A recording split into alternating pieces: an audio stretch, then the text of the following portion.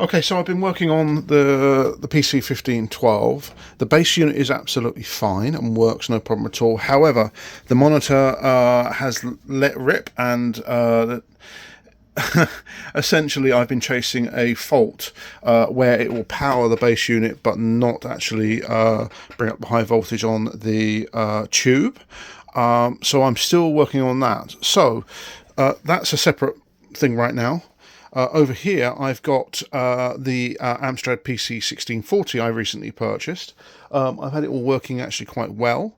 And then what's come in is a XTIDE, and it's one which has actually got both a CF card and a IDE connector as well. I wanted something actually I didn't want just a simple ordinary CF card XTIDE, and this one was from Monotech in New Zealand, and it's just come in, just been shipped in from New Zealand, and yeah, it's looking really nice. Let's just take this packaging out. Here we go. Let's just take this out of its plastic. So this is the card, Monotech PC's XTIDE Deluxe.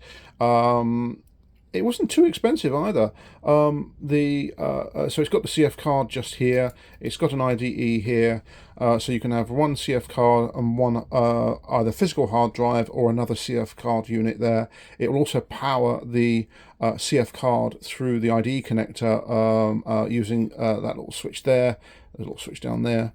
So it's a really nice card. It's got instructions on the back. I'll just zoom in on that one. There we go. So yeah, it's very customizable, very easy to use. I've seen the reviews of these and they're quite good. So what we're going to do is we're going to plug this into the 1640 just behind the card. And also I've got the old drive bay for drive carrier for the old MFM hard drive. I've just bent those things out of the way. I'm actually going to put a physical hard drive into this, and the physical hard drive I'm going to put in is this Seagate 250 gig hard drive, ST3295A. I've actually tested this one. I've had it on SpinRite and it's absolutely fine, not a single bad sector. So I'm going to have this, and also the there it is, the CF card in there. So that'll be my C, that'll be my D, and I'll be able to transfer data back and forth between it. I do want a physical disk in this machine, so what I'm going to do is put this here over on this and then move that over here. Now this surround here is temporary. I'm trying to find the right 720k floppy, so I won't have 5¼ inch. I'm just not interested in 5¼ inch. I've got a bunch of discs that basically came with this machine. Yeah, I've copied them off, and that's the gem stuff. So yeah, I'm not interested in the 5¼ I want the 3.5 inch floppy and the hard drives to run it. So yeah, let's just zoom back out again.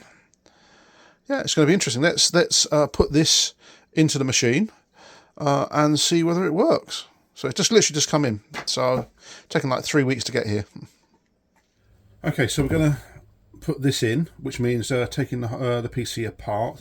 I've extended the LED light. I'm not going to put the drive in just yet. I'm just going to put this in, run this up to the card so we actually get the light on the front. I'm waiting for brackets for this, which will help me fit it inside that case into that, so that's fine. I've looked around trying to find a similar bracket, and they're all customized to the specific mounting points of older hard drives, MFM and RLLs, and they're just not suitable for modern hard drives or semi-modern hard drives. So I've just bent the brackets back for now, and we're just going to plug that in. We're going to put the card in. The card is here. It should be quite straightforward. Take those out, then left. Oh, hang on, we've got.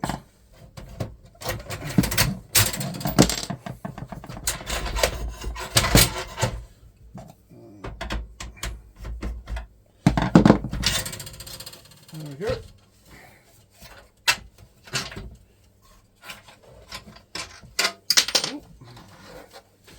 So, yeah, I put this floppy drive in to get things up and running. This bracket is definitely not suitable for it. I don't need the 5 1/4 inch drive at all. So I'm now just going to take that out. See if we can lift it.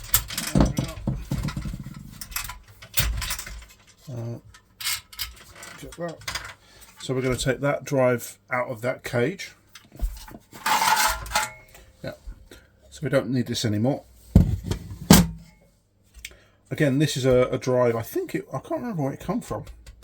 It's a little bit bigger than the slot there. I'm going to get another thing for it.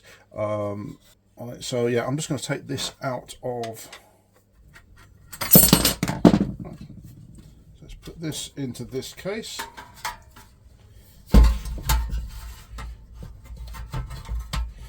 Already got a splitter from Molex to the floppy connector, but that's just 2. So I've got one here which is just a straight 1-to-1. Put this in because it's very hard to do it once it's in the cage.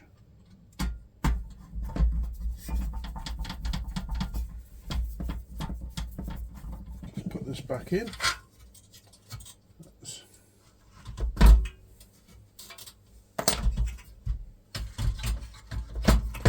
Just make sure that the faceplate lines up and all is good.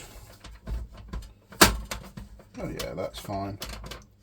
Then we've got this, which goes over there, which I'll use these brackets to. In fact, actually, these are the wrong screws. Okay, that helps, doesn't it? They're too small, so I need to get different ones. I'll get them from my. Cool. So that will go here.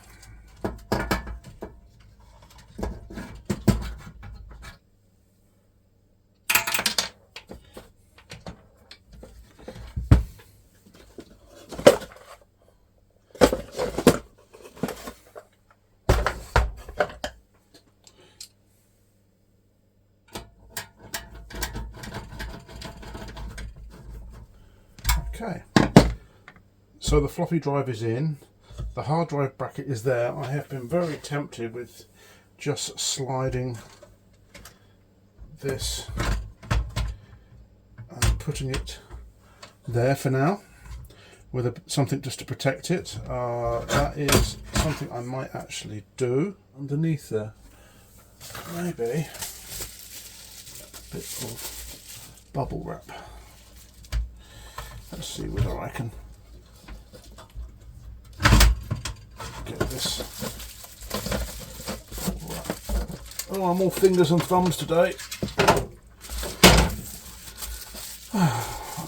Let's get that in there. Then we've got the card itself. Oh, actually no, I can put that in afterwards. Okay, so we have that cable going in there, that's in there, that's that. Let's put this. So put that on top.